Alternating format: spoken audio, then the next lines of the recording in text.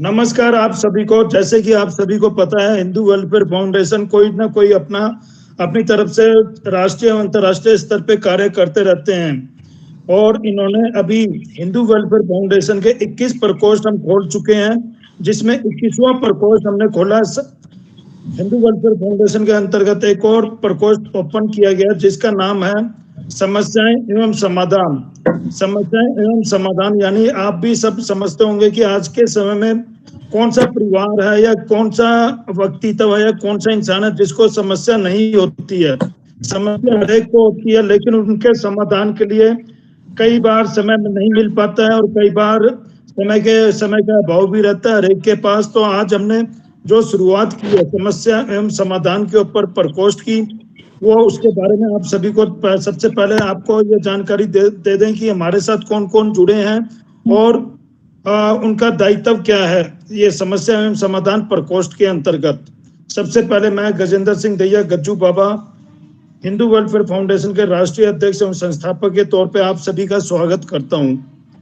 और उपस्थित यहाँ पर आदरणीय और सम्मान्य वीणा अरोड़ा दीदी, जो कि हमारे इस समय साथ ही अपने वरिष्ठ ट्रस्टी भी हैं, साथ ही बेटी बचाओ बेटी पढ़ाओ के ब्रांड एम्बेसडर और इसके साथ साथ चीफ एडवाइजर हैं इस प्रकोष्ठ को, वो भी साथ ही संभाल रहे हैं। और हमारे साथ ही आचार्य जी स्वामी जगदीश्वरानंद महाराज जी, जो कि इस समय उपस्थित हैं और हमारे अपने गुरु जी हैं, जिनसे हम समय समय पे कुछ न कुछ सलाह मशुरा अपना करते रहते हैं। समस्याएं वगैरह के मामले में भी पंचांग या कोई भी पंचांग के से संबंधित कोई भी बात हो या कोई भी ऐसी जानकारी हो, वो हम इनसे जानकारी लेते रहते हैं। तो आचार्य जी, आपका स्वागत है। इसके साथ साथ हमारे साथ में है हमारी छोटी बहन सुनीता सिवाच, जो कि ट्रस्टी मेंबर हैं हिंदू वेलफेयर फाउंडेशन की। इसके साथ ही सोशल पार्टनर हैं और सोशल पार्टनर के तौर पे इनका अपना भी एक संगठन है, एनजीओ है, जिसका नाम है स्माइल फाउंडेशन, जिसकी ये अध्यक्ष हैं। और इसके साथ साथ आज जो ये संभाल रहे हैं, इसके साथ साथ हिंदू वेलफेयर फाउंडेशन के अंतर्गत समस्या एवं समाधान के अंतर्गत ये संभाल रहे राष्ट्रीय लेवल पे अपना उपाध्यक्ष के तौर पे इस प्रकोष्ठ को देख रहे हैं। इसके बाद हमारे आते हैं भतीजे सैम टंडन। सैम टंडन का जितनी तारीफ की जाए बहुत ही कम है, क्योंकि जहाँ पे भी हमें इनकी जरूरत हर एक कार्य में पड़ती रहती है। और आज के समय में सैम टंडन की जो विशेषताएं हैं वो हम आपको हिंदू वेलफेयर फाउंडेशन के अंतर्गत भी जानकारी दे रहे हैं कि सैम टंडन हमारे ट्रस्टी मेंबर, इसके साथ साथ कोनाइक्स इन्फोटेक हैं, कोनाइक्स इन्फोटेक के अपने डायरेक्टर भी हैं। और इसके साथ साथ पिक्सल प्रोडक्शन हाउस, जिसके अंतर्गत हम समय समय पे कुछ ना कुछ फिल्म वगैरह भी बनाते रहते हैं, उसके भी डायरेक्टर और साथ ही आईटी एवं मीडिया हेड के तौर पे ये कार्य को संभाल रहे हैं हिंदू वेलफेयर फाउंडेशन के अंतर्गत। जैसे कि आप सभी को हमने बताया कि आज हमारा 21वां प्रकोष्ठ समस्या एवं समाधान, यह प्रकोष्ठ ओपन किया गया। इसके बारे में मैं आप सभी को जानकारी दे देता हूँ कि इसका उद्देश्य क्या है और क्यों बनाया गया है ये। आज के समय में जैसे कि आप सभी जानते हैं कि अपने देश में, भारत देश में बहुत ही समस्याएं हैं, चाहे वो घर में हो, चाहे वो बाहर हो, चाहे अपने पॉलिटिकल हो या कोई भी इंसान हो, हर एक को समस्या है, चाहे वो कोई भी प्राणी हो। लेकिन उनका समाधान सही तरीके से नहीं किया जा रहा है और समाधान की वजह से ही आज ये हमने एक प्रकोष्ठ बनाया है समस्या एवं समाधान। इसके अंतर्गत जो है हमने जो सोचा है उसकी रूपरेखा आप सभी को जानकारी दे देता हूँ कि जैसे कि आज ये हरियाणा लेवल की मीटिंग है। हरियाणा लेवल पे अगर कोई हमारे भाई बहन हैं जिनकी कोई समस्या है, अगर वो उपस्थित होते हैं तो वो अपनी समस्या को बता सकते हैं। उनकी उस समस्या को हम जैसे रिकॉर्डिंग करके जिस एरिया से, जैसे आज मैं पानीपत से बोल रहा हूँ, तो मैं आपको ये जानकारी देता हूँ कि पानीपत के रिकॉर्डिंग जो हमारी जाएगी वो पानीपत के जो उन्होंने समस्या बताई है वो पानीपत के एसपी, डीसी, डीएसपी, डीपीआरओ और इसके साथ साथ नजदीक के पुलिस क्षेत्र, पुलिस का थाना, उन सभी के पास ये रिकॉर्डिंग जाएगी ताकि उनको पता लग सके कि जो इंसान जिस इंसान ने हमें अपनी जानकारी दी है, उनकी अपनी समस्या से संबंधित वो जानकारी उन तक भी पहुंच सके। लेकिन इसके साथ साथ हमने एक और बात हमने रखी है, वो रखी है एफिडेविट, कि हर एक इंसान दे तो देता है अपनी जानकारी, समस्या वगैरह, लेकिन समस्या कहाँ पे आती है, कई बार वो उलट जाता है कि मैंने ये समस्या बताई ही नहीं या मैंने ये चीज कही ही नहीं, वो पलट जाते हैं। अगर हम उनकी समस्या को आगे लेकर के जाते हैं तो वो एफिडेविट इस विषय के ऊपर कार्य में आते हैं। एफिडेविट में आपने क्या लिखवाना है, हिंदू वेलफेयर फाउंडेशन का नाम लेते हुए आपने एक एफिडेविट बनवाना, जिसके अंतर्गत आपकी कोई भी समस्या है, उस समस्या को आपने उसके अंदर लिखवाना है, और वो लिखवा करके आपने हमारे पास पहुंचाना है हार्ड कॉपी के तौर पे, ताकि वो हमारे पास अपने एक सेफ उसमें सिक्योरिटी के तौर पे रहे। तो इस तरीके से, और जिस दिन भी हमारी ये मीटिंग होगी, जैसे हर शुक्रवार को 3 से 4 बजे के बीच में, तो 3 से 4 बजे के बीच में आपने उपस्थित होना और अपनी समस्या को रिकॉर्ड करवाते हुए आपने बताना कि ये मेरी समस्या है। इस तरीके से ये कार्य को हम अंजाम देंगे। जैसे अगर आपका कार्य है कि हरियाणा से संबंधित किसी जैसे हरियाणा के मुख्यमंत्री, अगर कोई आपकी समस्या है कि जो सीधी मुख्यमंत्री से संबंधित है, तो मुख्यमंत्री के पास आपकी समस्या को पहुंचाया जाएगा, ताकि उसका समाधान भी हम उनसे मिल करके उस हिसाब से करवाया जा सके। या जैसे गृह मंत्री से संबंधित है या हरियाणा से संबंधित आपकी कोई समस्या है, तो गृह मंत्री जी से मिल करके उन तक आपकी ये समस्या को पहुंचाया जाएगा। ऐसे ही अगर आपकी जिले से संबंधित है समस्या कोई, तो जिले से संबंधित हमारे डीसी हैं, उपायुक्त, जिनके पास वो जिले का पूरा अधिकार उनके पास होता है, तो उनके पास आपकी समस्या को पहुंचाया जाएगा। और इससे संबंधित हमारे जो प्रतिनिधि हैं, हिंदू वेलफेयर फाउंडेशन का परिवार है, वो आप खुद जा करके अपने उपायुक्त साहब से, अपने मुख्यमंत्री साहब से या अपने गृह मंत्री से ऐसे उनकी समस्या को देखते हुए उस हिसाब से मिलेंगे, और उनके सामने उनकी समस्या को रखते हुए और साथ ही समाधान की भी कोशिश की जाएगी कि समाधान भी साथ ही साथ हो जाए। अगर समाधान में थोड़ा समय लगता है तो वो कोई दिक्कत नहीं है, लेकिन हमारी तरफ से ये कोशिश है एक छोटी सी, कि इसके द्वारा अगर हम कुछ समाज को दे सकें मिलजुल करके, हिंदू वेलफेयर फाउंडेशन और उनके साथ में जो सोशल पार्टनर हैं, हम सब इकट्ठे मिलजुल करके अगर कुछ इस तरीके का कार्य कर सकें, तो ये हमारे लिए एक बहुत ही बढ़िया एक कार्य होगा कि हम कुछ समाज को दे सकें। ये सारी रूपरेखा है इस तरीके से।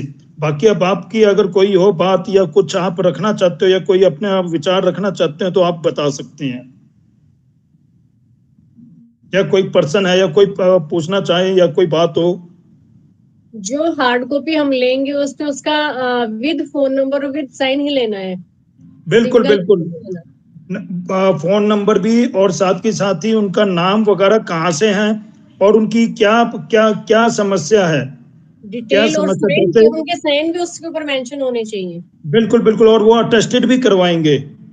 अगर अटेस्टेड भी करवाएंगे, जिससे ये हो सके कि जिस नोटरी से अटेस्टेड करवाया, उससे क्या हो जाता है, एक प्रूफ हो जाता है कि हाँ ये इनका ये नंबर, क्योंकि जिससे वो अटेस्टेड करवाएंगे वहाँ पे ये नंबरिंग होती है, नंबरिंग के हिसाब से कि हमें भी पता लगता है कि नोटरी के पास ये अटेस्टेड हुए हैं। नहीं, नोटरी से तो अटेस्ट सारे नहीं करवा पाएंगे, लेकिन अगर उनका नाम और नंबर, उनकी पर्सनल कोई समस्या है तो भी वो भी चल सकता है शायद।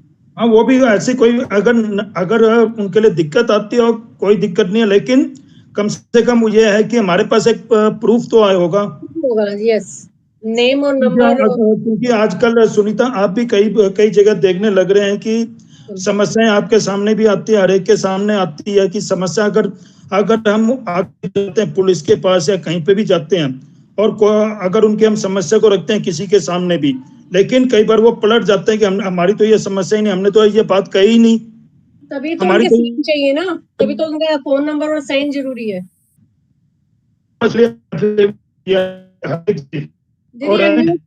अनम्यूट करो दीदी आप अपने आप को।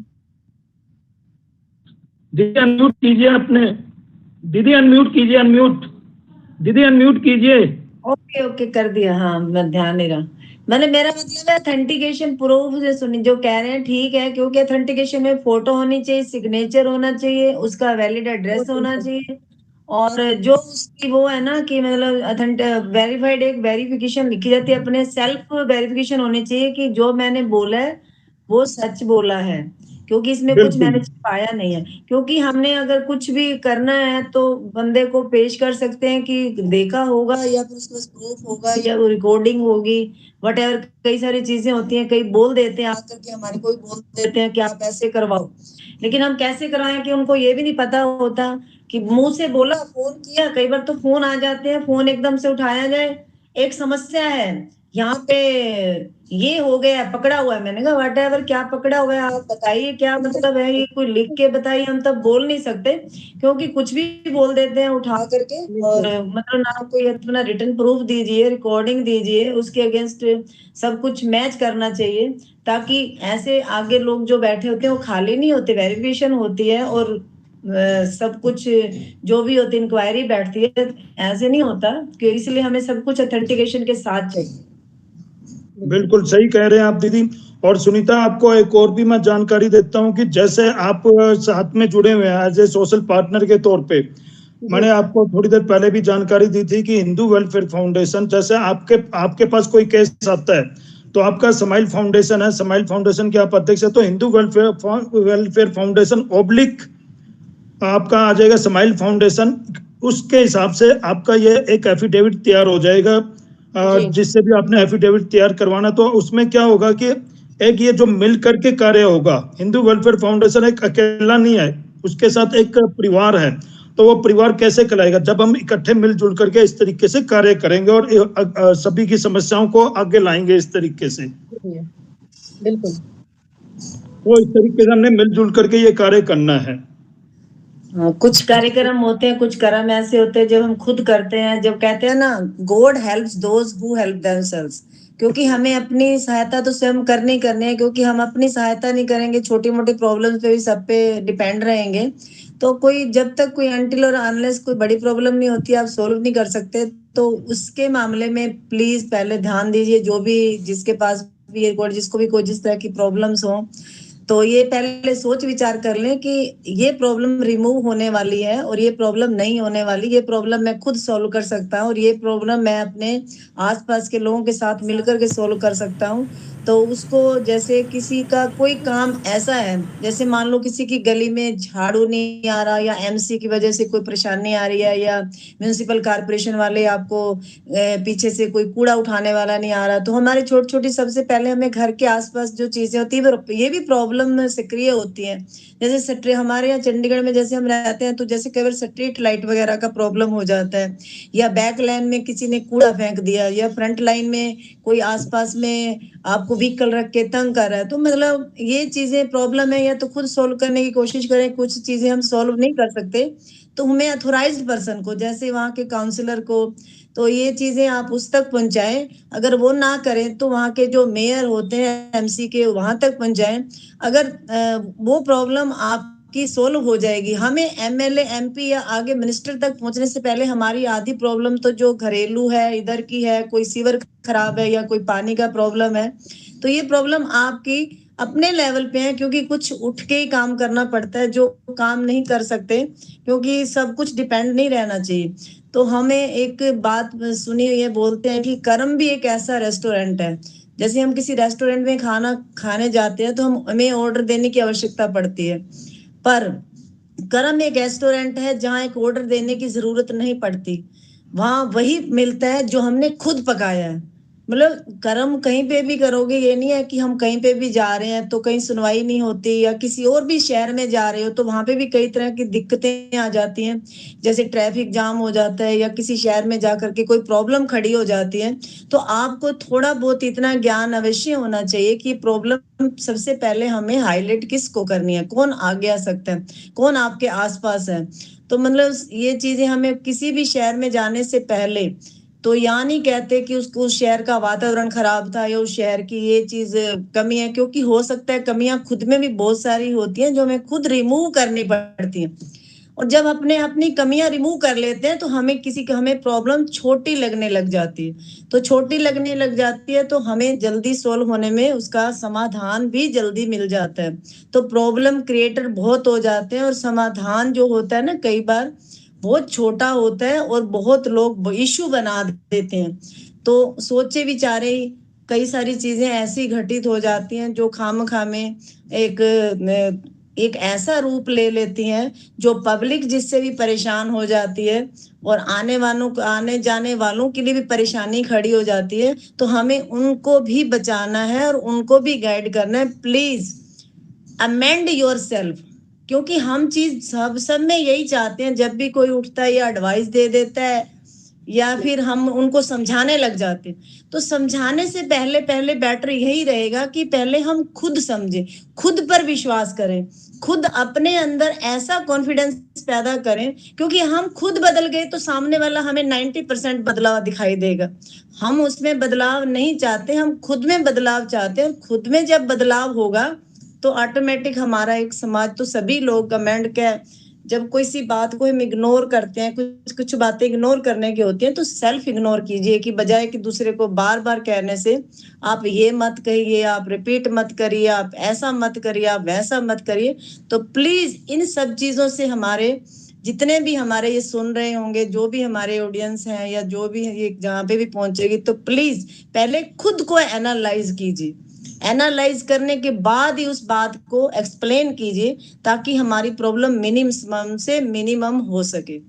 तो यही हमारी एक इसके अंदर रहेगा। जो हमारी समस्याएं हैं, समस्याएं क्रिएट तो बहुत हो जाती हैं, लेकिन समाधान तभी मिलते हैं जब उसको हम शॉर्ट रूप या कोई सॉलिड रूप, तो एक कहते हैं ना, जब बर्फ हम पानी तो बहुत सारा डालते हैं तो बर्फ इतनी जमती है, सॉलिड रूप में हमारे पास कोई आए तो हम उसका समाधान अवश्य करेंगे। बिल्कुल, बहुत बढ़िया कहा दीदी आपने और बहुत ही अच्छा कहा है। और मैं भी ये कहना चाहूंगा कि सच्चाई युक्त आप सभी भाई बहनें और दोस्त समस्त भारतवर्ष से मैं यही अपील करना चाहूंगा कि सच्चाई युक्त अपनी कोई भी समस्या है उसको सामने लाइए। ये नहीं कि आप ऐसे ही उठा करके किसी भी समस्या को आप ले आए और बाद में उसके लिए आपको ही दंड भुगतना पड़े। सुनीता जी, अब आप भी कुछ कहना चाहेंगे? कुछ बचा ही नहीं है, आपने और दीदी ने सारा कंप्लीट ही कर दिया। थोड़ा अगर आप मतलब आसपास रहते हो, जहाँ विजिट करते हो, कोई भी प्रॉब्लम होती है आप शेयर कर सकते हैं। क्योंकि हंसते ये नहीं कि उसमें दुखों की गैर हाजिरी हो, क्योंकि हाँ, जो हमारे अंदर हमें परिस्थितियां संभालने की होती हैं तो इसलिए हमें दुख भी कम लगते हैं। तो आपने कहा कुछ बचा नहीं, क्योंकि बचा तो बहुत कुछ होता है। तो आप अपनी बात रखिए और वो आशा कि जो हमारे पास समस्याएं आएंगी, जो बंदा समस्या हमारे पास लेके आएगा, ऑब्वियसली वो कहीं ना कहीं तो पहले गया होगा, कहीं ना कहीं उस डिपार्टमेंट से रिलेटेड या कुछ उन्होंने नहीं किया, जब वो हमारे पास आ गया। और जब हम वही समस्या लेके उस कंसर्न पर्सन के पास जाएंगे और फिर वो वही डिले करता है, then what will we do?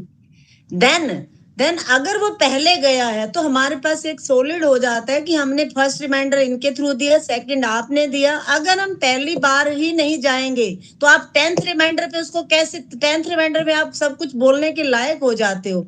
क्योंकि अगर रिमाइंडर बार बार जाता है किसी भी चीज का, जो भी हम कोई काम करते हैं, सपोज एक बार कहने से नहीं होता तो दूसरी बार कहने से नहीं होता तो तीसरी बार हम उसको ऐसा बोल सकते हैं, बड़े उससे कह सकते हैं, गर्व से कह सकते हैं, क्योंकि we are citizen of India, we are citizen of that state, we are citizen of that city, we are resident of that street. तो हम क्यों नहीं कह सकते ऐसे लोगों को? क्योंकि हमें कहना तो पड़ेगा, अपनी आवाज में फिर बोलना पड़ेगा। अगर हम बार बार बोलते हैं या कोई ऐसी हमें कोई समस्या आ जाती है, जैसे मैं डोमेस्टिक वायलेंस के केस भी डील कर लेती हूँ, तो कई तरह के, जैसे वुमेन सेल के अंदर भी मैं काफी बार जा चुकी हूँ। तो एक दिन मुझे सुबह सुबह फोन आता है, सुबह अभी मैं उठी नहीं तो फोन आ गया, जब ये भी 5:30 पौने 6 बजे का टाइम होगा, तो कई बार मैंने कहा चल यार कोई ना परेशान ही होगा, तो मैं उठा लिया फोन।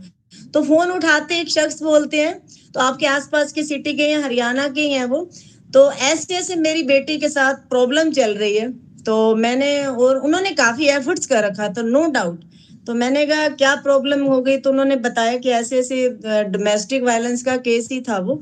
तो 4-5 साल मैरिज को हुए थे, तो और उनके आसपास कोई प्रॉब्लम चल रही थी कि मान ही नहीं रहे थे, या कोई लड़के वालों की तरफ से कुछ ज्यादा हिंसात्मक वे से व्यवहार आ रहा था।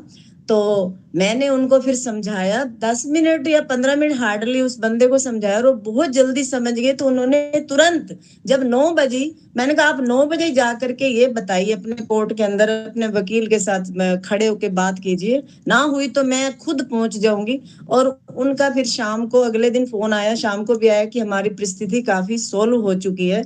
तो देखो जी, लड़कियों को कहने की बात कुछ और होती है, करने की बात कुछ और होती है, और बताने की कुछ लोगों को पता भी होता है, बट बताना नहीं चाहते। मैं नहीं जानती क्यों, क्योंकि हमारे समाज में काफी चीजें ऐसी छुपी हुई हैं कि दूसरे के भला तो करना ही नहीं है। और हमारे समाज में ऐसा है कि अपनी खुशी से हम खुश नहीं होते, अपनी खुशी से हम खुश नहीं होती, लेकिन दूसरे को दुखी देख करके खुशी होते हैं। बताओ ऐसी प्रॉब्लम्स हम क्यों क्रिएट करते हैं?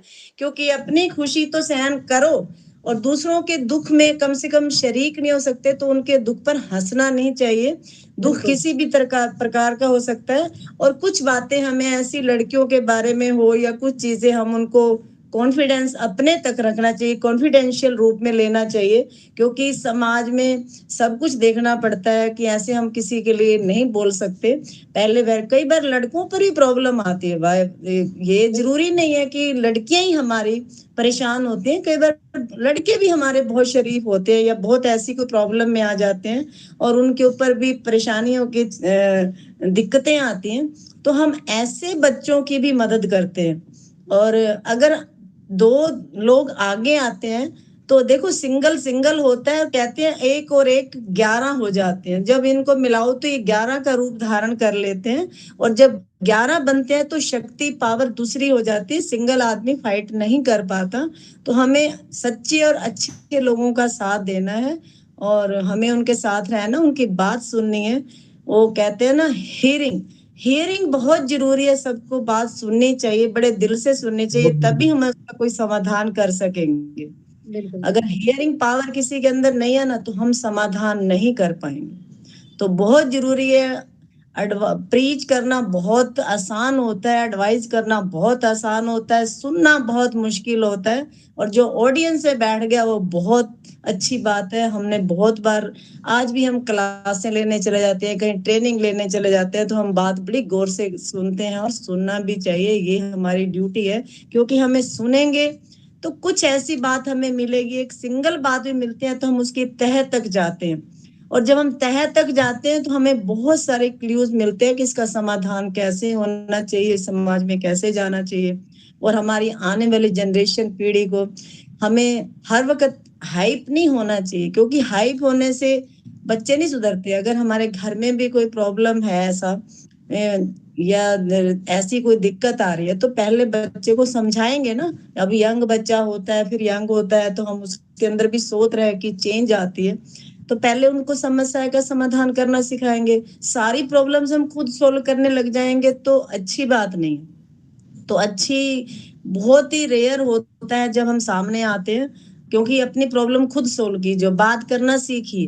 क्योंकि हम जैसा जब भी देखो एक सिक्योरिटी गार्ड की तरह खड़े हो जाते हैं कहीं ना कहीं जाके, भाई मैं आ गया हूं, तो नहीं, आप अपनी प्रॉब्लम खुद से सोल्व कीजिए। हो सकता है आपसे सोल्व हो जाती हो, दूसरे की प्रॉब्लम को मत, मतलब दूसरा आया तो इसका मतलब ये नहीं है। फिर आप कब तक किसी को लेकर के बचते रहेंगे?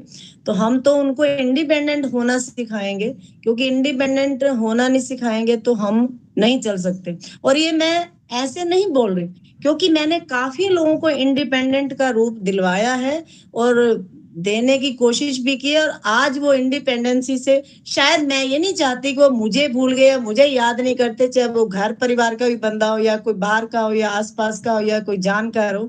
तो मैंने बहुत ऐसे काम कर रखे हैं, कई बार बात हो जाती है तो कह देते हैं, मैंने कहा नहीं, अब वो इंडिपेंडेंट है, अब वो अपने बारे में सोच सकता है, अपने सुख दुख के बारे में सोच सकता है, अपना आराम करके खा सकता है। तो मैंने किसी को दे सकती हूँ, 1 टाइम या 2 टाइम, आप इतना ही मानते हो, चाहे आप सुनीता जी हो, गजेंद्र सिंह जी हैं, आप किसी को खाना कितनी बार देंगे? 1 बार या 2 बार, मैक्सिमम 1 हफ्ता। तो आप क्या सिखाओगे उसको?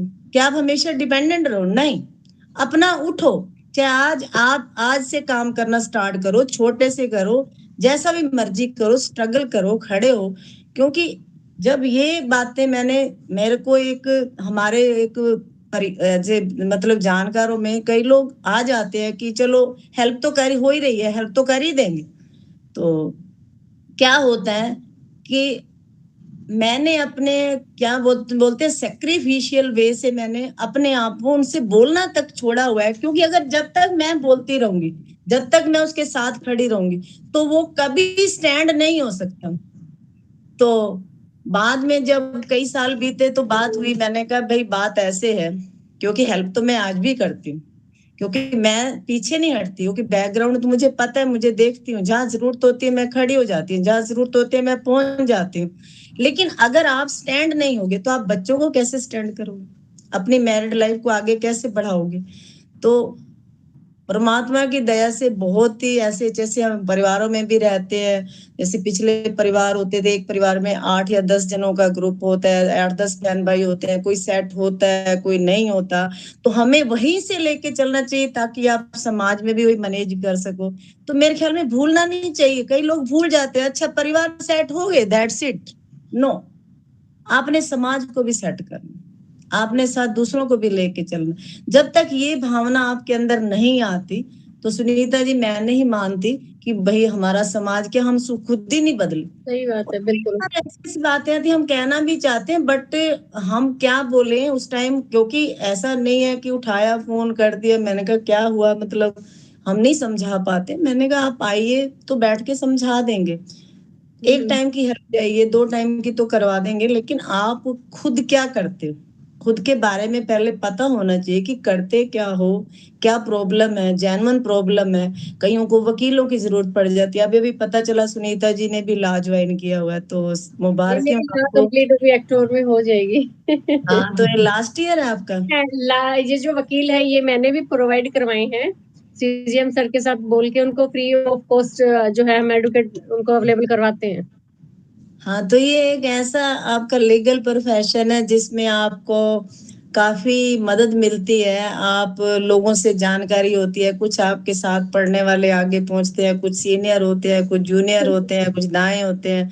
तो हम कई लोगों को बोल देते हैं, जैसे कोई बंदा होता है तो भाई आप प्लीज इनको कोऑपरेट कीजिए, तो उसमें आपका क्या होता है, थोड़े बहुत आपको पैसे कम देने पड़ेंगे या थोड़ा आपको नहीं, वो उसमें फ्री ऑफ कॉस्ट होता है एडवोकेट, उसमें पैसे की जरूरत नहीं होती है आपको। अगर नहीं, कोई कुछ फ्री ऑफ हालत कॉस्ट होती होते है, हैं, कुछ केसेस ऐसे होते हैं सुनीता जी जो बड़े केसेस भी होते हैं, ऐसे लोग भी आ जाते हैं, वकील बताए। तो हम ये भी एक सलाह ही है, ये भी एक समाधान है कि आप वहां जब आपको मिनिमम से मिनिमम लगेगा, कुछ ऐसे होते हैं जैसे गरीब बच्चों के होते हैं तो हम फ्री में भी करवा देते हैं वो तो कुछ फ्री में होता है और कुछ जेन्युइन होते हैं, कुछ कईयों को होते हैं, कोई पीछे से साउंड है तो अगला बंदा है तो अपना भी जाके मिल लीजिए कि आपको हिसाब से मिल जाएगा, कोई आपके पास बार्गेनिंग नहीं होगी। मेन होती है बार्गेनिंग, करप्शन, ये चीजों से हमने बचाना है और खुद लोगों को भी बचाना है ताकि अननेसेसरी किसी की प्रॉब्लम क्रिएट ना हो।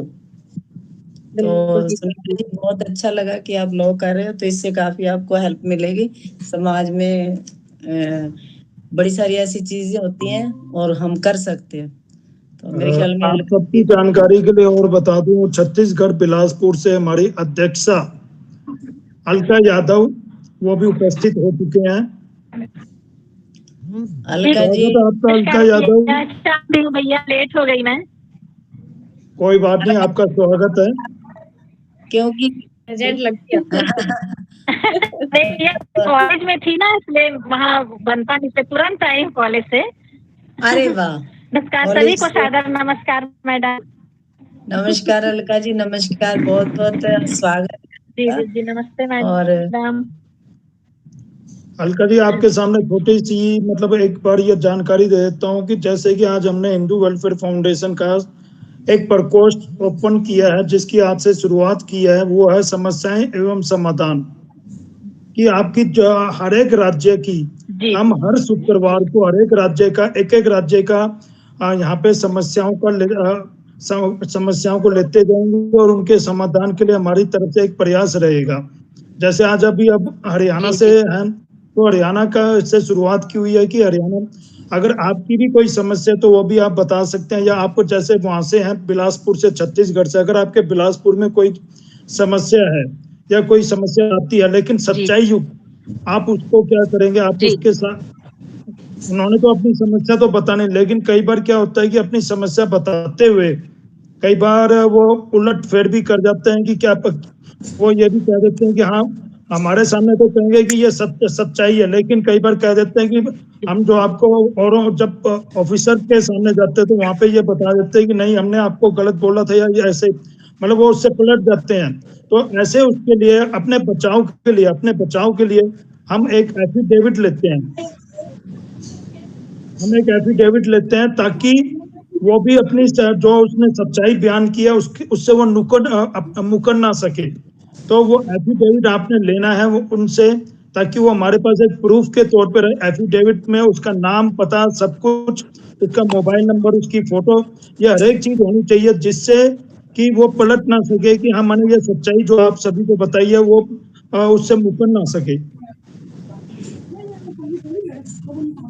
तो ये सारी बातें अभी उसी के ऊपर ही बातचीत हो रही है।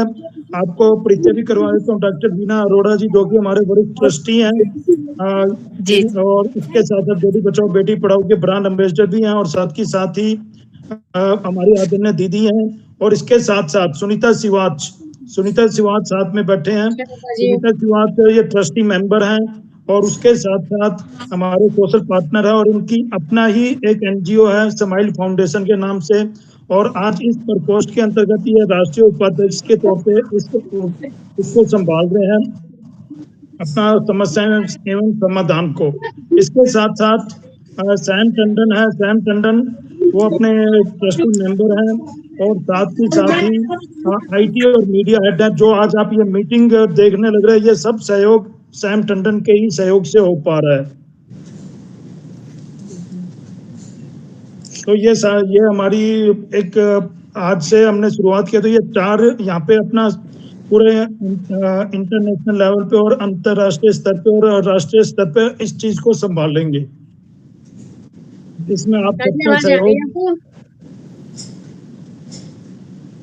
अलका जी, आपको आवाज आ रही है?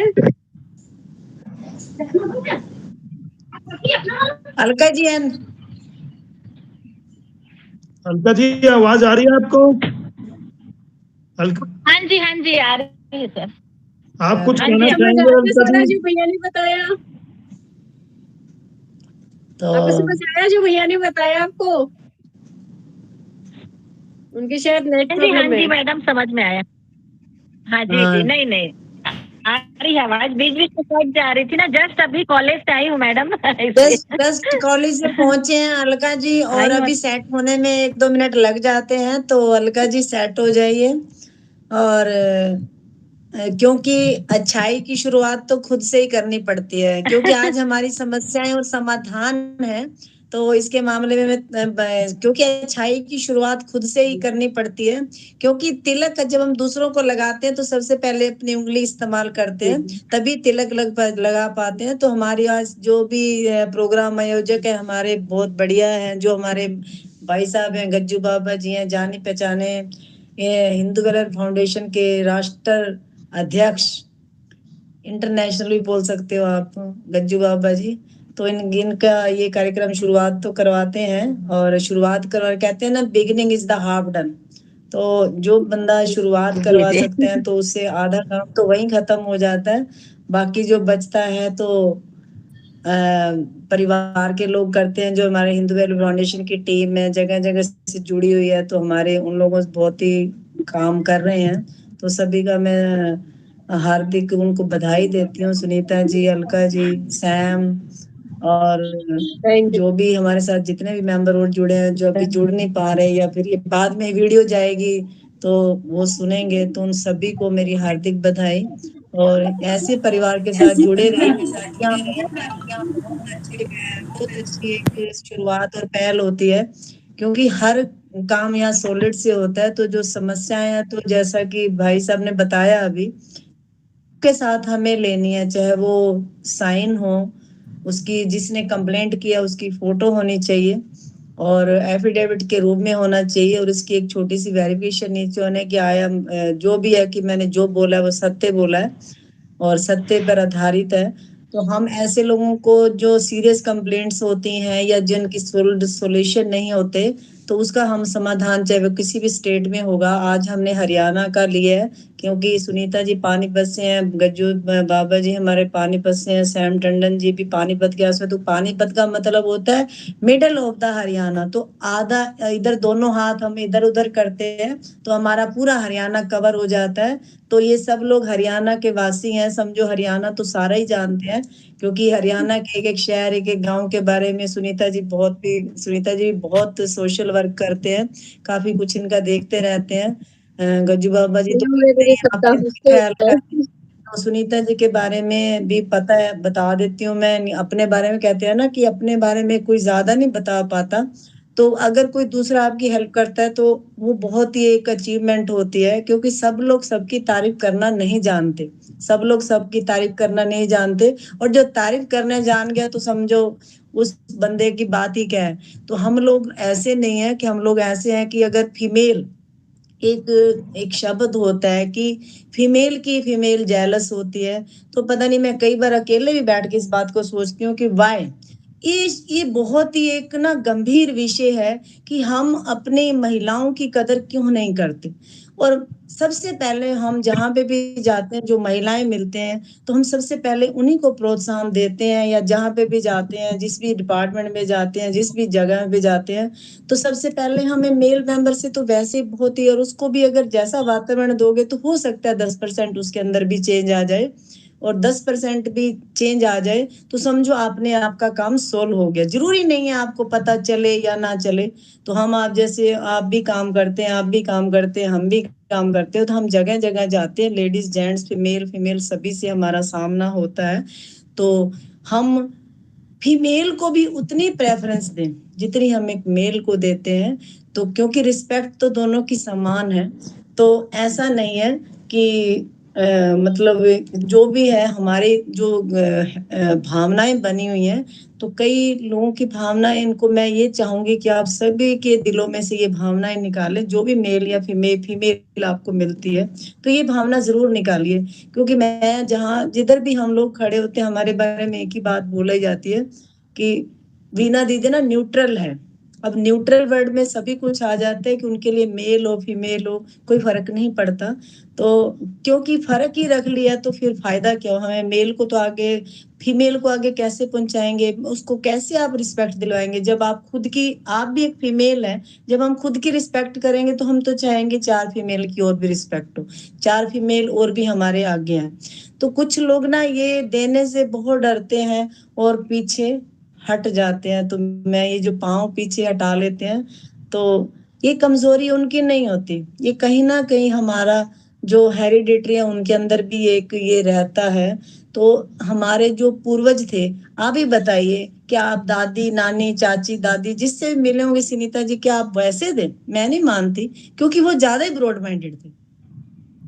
क्योंकि हम जब दादी के साथ होते थे तो बहुत ही सेफ और साउंड फील करते थे, और वो हमारे को रोकते ही नहीं थे कि आप क्या कर रहे हो क्या नहीं कर रहे हो सकता है हम दादाजी के साथ होते तो यहाँ नहीं जाना वहां नहीं जाना ये नहीं करना। तो आप जब फीमेल के साथ होते हैं तो एक अलग से अपने अंदर से बदलाव महसूस करते हो, अपने अंदर को डेवलपमेंट महसूस करते हो। तो घर में भी आप पेरेंट्स के साथ रहते हो, तो जो आपकी मदर होती है तो उसके साथ आप खुल के रहते हो।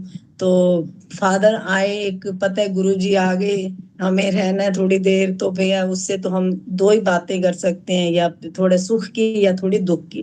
लेकिन हमारे अंदर ऐसी समझौते जो है हमें सब फीमेल के साथ करके चलने चाहिए। तो हर फीमेल को ये चाहिए, मैं तो यही कहूंगी कि फीमेल को अगर अगर ऐसे कभी नहीं करना चाहिए, क्योंकि अगर एक हमारी ऊंचे ओहदे पे पहुंचती है तो दूसरी फीमेल को क्यों नहीं वो साथ खड़ा कर सकती, वाई। तो ऐसा कई बार देखा गया है कि भैया अगर वो है तो मैं नहीं जाऊंगी। मेरा मानना ये है कि मैं उनको सबको आमंत्रित करती हूँ कि आप भी आइए, आप भी, आपको सबसे पहले आगे जगह है आपके लिए, और आप खड़े, आप पहले खुद में पावर लीजिए, क्योंकि खुद पे कॉन्फिडेंस रखिए। जब हम बार बार किसी चीज से डर लगते हैं तो हम पीछे चले जाते हैं, तो हमें डरना नहीं है। एक ही जिंदगी मिली है, इसमें हमने सब कुछ करके जाना है, तो आपको फियर फील नहीं होना चाहिए किसी भी टाइप का। कॉन्फिडेंस बहुत जरूरी है। जैसे अभी सुनीता जी ने लो किया, तो लो में एक आपको एक चीज बता दो सुनीता जी, तो जो ये फील्ड है, तो हम जब छोटे से बाहर आए थे, तो हम कई लोगों के सामने खड़े नहीं हो सकते थे गांव से, चाहे वो कितने भी बहादुर रहे होंगे, लेकिन फिर भी एक बार बार जब कोई बाहर आता है तो यही बोलता है क्लास है, बोला जाता है ना, तो हम बोलते थे। लेकिन एक जो दिखता है ना कि बोलने का वे होता है, तो ये लोग ना बड़े उससे तरीके से बात करवाने की कोशिश करते हैं, या कि आप अपना स्टाइल भूल जाओ। तो हम अपना स्टाइल नहीं भूल पाए। आज की डेट में भी हमारे से जब कोई पूछता है कि आप हिमाचली हो, जब हम बोलते हैं तो सीधा कह देते हैं हरियाणा में क्यों। मैंने कहा बिल्कुल हरियाणा से हूँ मैं, हरियाणवी भाषा निकलेगी, क्योंकि हम हरियाणा टच है। और हो सकता है मैं थोड़ा ये पंजाबी, हम पंजाबी उतना नहीं बोलते जितना मैं हरियाणवी टच में रहती हूँ, क्योंकि हरियाणा में नीचे उठ करके बैठे, उन्हीं के साथ बातें की, उन्हीं के साथ हमारा काम था, हमारे पेरेंट्स का उन्हीं के साथ काम था, तो हमारे वो काफी ऐसे लगता है पारिवारिक रिलेशन है। तो जैसे गजेंद्र सिंह जी का हमें पता नहीं चलता कि कौन है, तो हम लोग जब बैठते हैं तो हम सारी कोई भी भाषा हम बोल सकते हैं। भाषाएं आना बहुत अच्छी बात है, और हमारी हरियाणा की संस्कृति बहुत अच्छी है।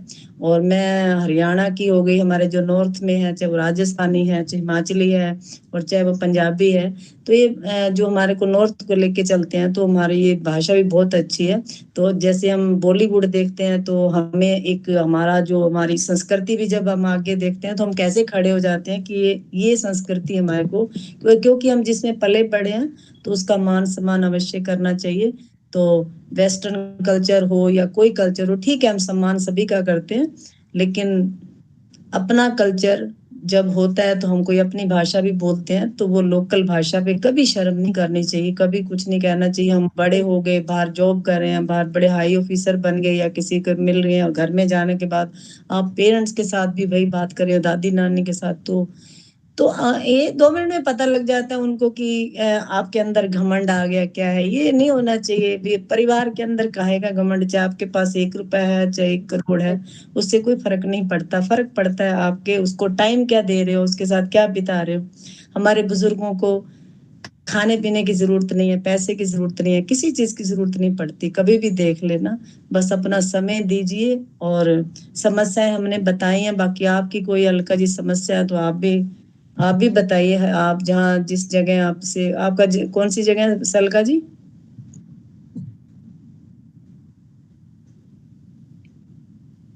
आप माइक ऑन म्यूट कीजिए अलका जी। कौन से डिस्ट्रिक्ट से? हाँ, माइक ऑन म्यूट कीजिए, आवाज mic I on sir? Mute. थोड़ा हाँ हाँ, जी, जी जी जी सर, कर दिया आवाज है। अभी मैं तो रास्ते में आपका ही अटेंड कर रही हूँ, घर नहीं पहुंची हूँ, टाइम हो रहा। एक फ्रेंड के यहाँ रुक के बिलासपुर में हूँ सर। नेट की प्रॉब्लम है। तो सुनीता जी आप बोलिए। बिलासपुर पहुंच रही है सर। हेलो हाँ, हेलो, आवाज में प्रॉब्लम है, हेलो, आवाज नहीं आ रही। पहुंच रही क्या मैडम? आपकी ब्रेक हो रही है मैडम आवाज। छोटी बहन आपकी आवाज नहीं आ पा रही है, आपकी मेरे हिसाब से वहां से रेंज की प्रॉब्लम आ रही है अलका। हेलो, आवाज आई सर? आवाज पता नहीं हाँ जी हाँ जी हाँ जी, आ रही है नेट जी। इशू बता रहे हैं सर, आवाज नहीं आ रही भैया। आई सर? हाँ जी बोलिए, जी, कहिए। छत्तीसगढ़ जिला है ये बिलासपुर।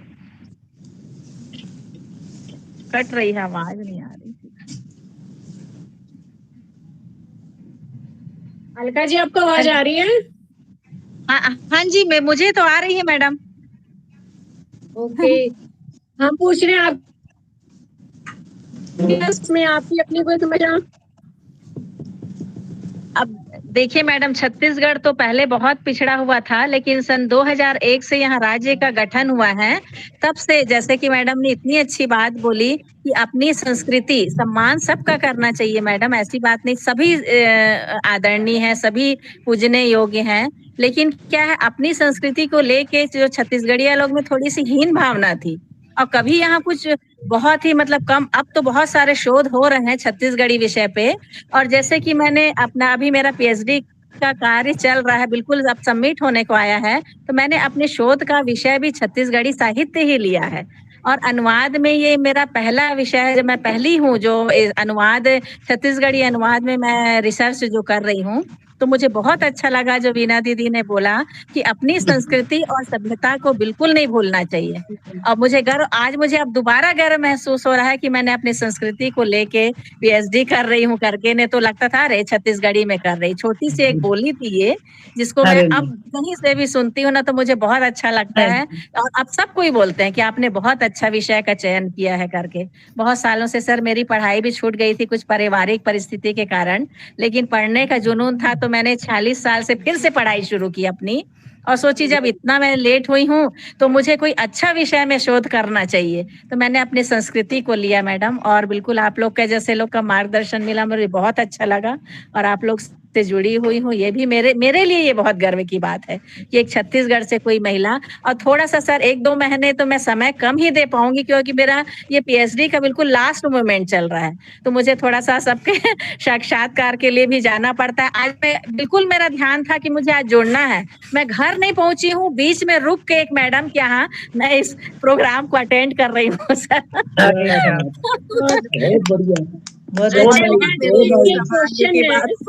सो नाइस छोटी बहन, सो नाइस। अंकल जी एक चीज पूछना चाह रही हूँ आपसे, आपने अभी कहा कि छत्तीसगढ़ में अपनी संस्कृति को लेकर बड़ी हीन भावना है उनमें। जी जी जी। तो ऐसा क्यों है, क्यों अपनी संस्कृति को पसंद नहीं करते वो लोग, क्या लगा आपको? अब वही, अब जैसे इंग्लिश का ज्यादा बोलबाला था मैडम, था कि नहीं, और हिंदी को भी अब जरूर, आज हमको सच बात है, अभी हमने कुछ दिन पहले 14 तारीख को हमने हिंदी दिवस मनाया। ऐसा क्यों? सही बात है कि बाहरी देश के लोग तो मैडम एक दिवस के रूप में नहीं मनाते, हमको क्यों आवश्यकता पड़ रही है कि अब हम हिंदी दिवस मना रहे हैं? तो वैसे ही हीन भावना क्यों है उनमें? मेरा क्वेश्चन है कि हीन भावना क्यों है, क्या दिक्कत है? वही तो देखिए मैडम, ये मन की सबकी सोच, मुझे तो नहीं थी। मैंने चाहा कि अपनी संस्कृति, मुझे तो गर्व है, लेकिन ये लोगों की मानसिकता को हटाना पड़ेगा।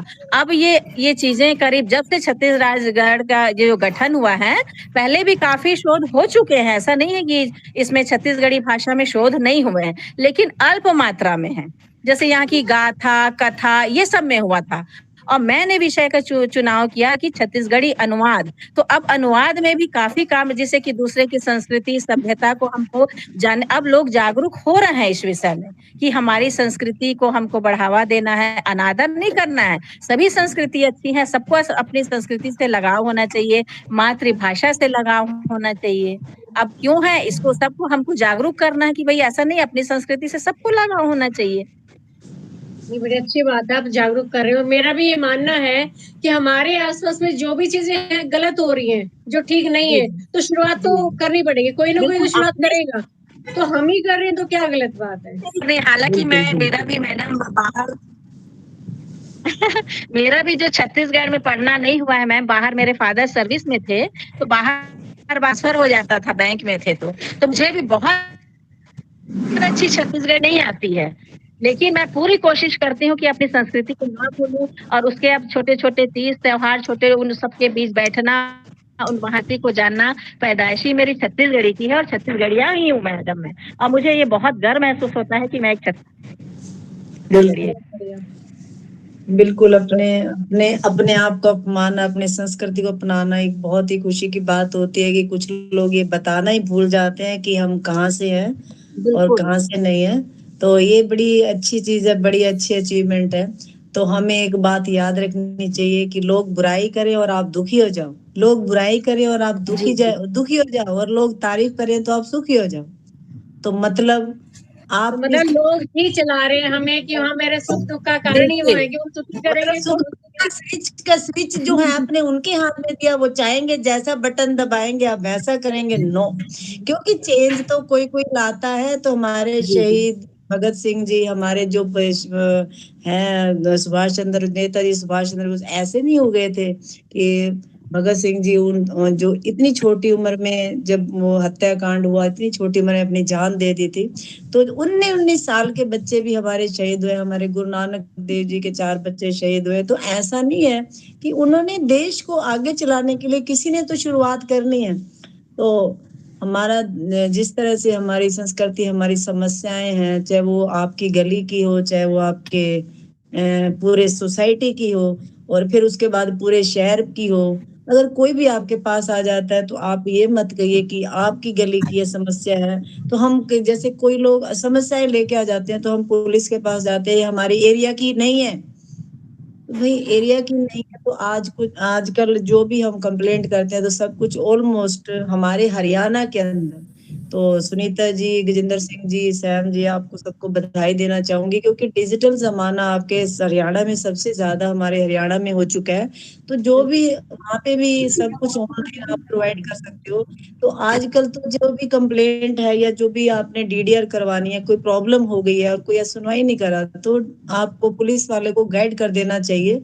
तो मैं पुलिस वालों से भी हाथ जोड़ के विनती करूंगी, अगर आपके पास कोई एरिया का भी नहीं आता तो प्लीज उनकी भी हेल्प कीजिए कि इस वीडियो के माध्यम से जो भी इस बात को सुनेगा आप, क्योंकि बहुत सारे, क्योंकि हमारे तो यहाँ पे सच बताती हूँ कि चंडीगढ़ एक बड़ा वेल सेटल्ड सिटी है, तो बहुत अच्छी तरह से गाइड भी कर देते हैं समाज को। तो हम कहीं पे भी चाहेंगे, चाहे वो हरियाणा पुलिस, राजस्थान और छत्तीसगढ़ की हो, और चाहे वो मध्य प्रदेश की हो, चाहे वो महाराष्ट्र की हो, तो हम उन सब से रिक्वेस्ट करने की कोशिश करेंगे कि जब भी कोई बंदा आपके पास आता है या कोई समस्या लेके आता है, कोई ऐसी समस्या हो जाती है जो उनके हाथ की बात की नहीं है, तो उनको बार बार ये कहकर मत कहिए कि उस एरिया की उस एरिया को बैठ के समझाइए, ताकि, क्योंकि हमारे समाज में काफी लोग ऐसे हैं जो नहीं जा सकते या नहीं बात कर सकते या ऑनलाइन अपनी बात नहीं रख सकते।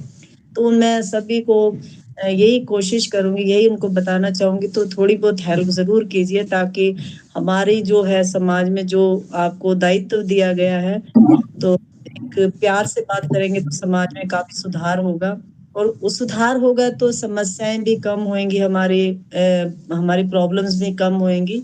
तो हम जो आज का हमारा जो मेन टॉपिक है समस्याओं का है और समाधान का है, तो हम समाधान कैसे करते हैं।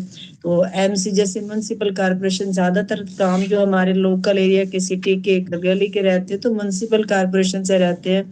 तो अगर कोई ऐसा काम नहीं हो रहा तो अलका जी आप भी अपनी शुरुआत कर सकते हो, अपना कोई वार्ड का ग्रुप है तो उसमें आप एक्टिवेट हो सकते हो, उसमें आपकी समस्याएं रख सकते हो, उनको आप बता सकते हो। अगर कोई नहीं सुनवाई हो सकती तब हम किसी हायर ऑफिशियल या हायर बंदे के पास जाते हैं या हायर ऑफिस में जाते हैं।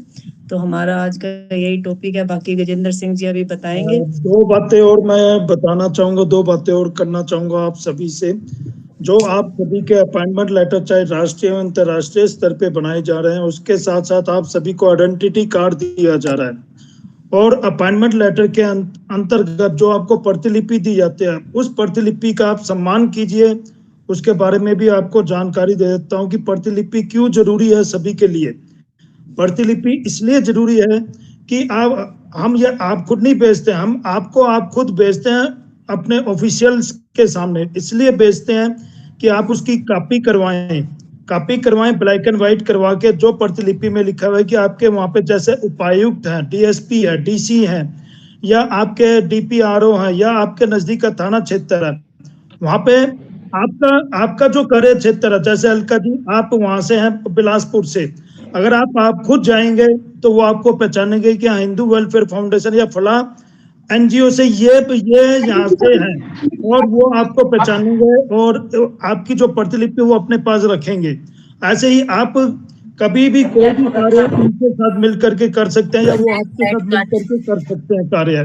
तो ये एक हमने जो प्रतिलिपि का इसके अंदर लिखा है वो इसी उद्देश्य से लिखा है कि आप सभी अपने जो अपॉइंटमेंट लेटर या कोई भी लेटर हम देते हैं वो इसी उद्देश्य से दिया जाता है कि आप सभी जा करके वहां पर आप खुद जा करके तस्दीक करवाएं, इनिशियल करवाएं, और इसकी एक कॉपी हमें भी भेजें, ताकि ये आपके लिए ही सहूलियत है, ये हमारे लिए सहूलियत नहीं, ये आपके लिए सहूलियत, आप सभी के लिए जिनके अपॉइंटमेंट लेटर बने हैं। और दूसरी बात, सुनीता छोटी बहन ने अभी थोड़ी देर पहले एक बात कही थी कि हम कई बार समस्याएं कई बार आते, कई बार लोग कईयों के पास चले जाते, लेकिन हमारे पास उसको सुलझाने का एक और भी है। जैसे अब हम ये अपनी यहाँ पे रिकॉर्डिंग कर रहे हैं, ये रिकॉर्डिंग बहुत बड़ा माध्यम होता है। रिकॉर्डिंग आज के समय में बहुत बड़ा माध्यम है, जो कि एक तरीके से जो इंसान की बातें नहीं सुनी जा रही है, ये रिकॉर्डिंग उसके लिए और समाज के लिए और हमारे लिए एक बहुत बड़ा माध्यम है कि हम ऑफिशियल के पास जाकर के उनको बता सकते हैं कि ये देखिए, ये है इस तरीके से। पहली बार नहीं हुआ, दूसरी बार नहीं हुआ, तीसरी बार नहीं हुआ, चौथी बार जब हम रिकॉर्डिंग के द्वारा बातचीत करेंगे, अगले अपने आप ही ना वो होंगे कि हाँ ये देखिए ये रिकॉर्डिंग, ये झूठ नहीं बोल रहा है यानी बंदा। तो ये कई चीजें हो जाती है जिसके माध्यम से हम बहुत कुछ अपनी समस्याएं और समाधान को हम निरपेक्ष रूप से समाहित कर सकते हैं और सभी के लिए एक बढ़िया सा एक अच्छा राज्य ला सकते हैं।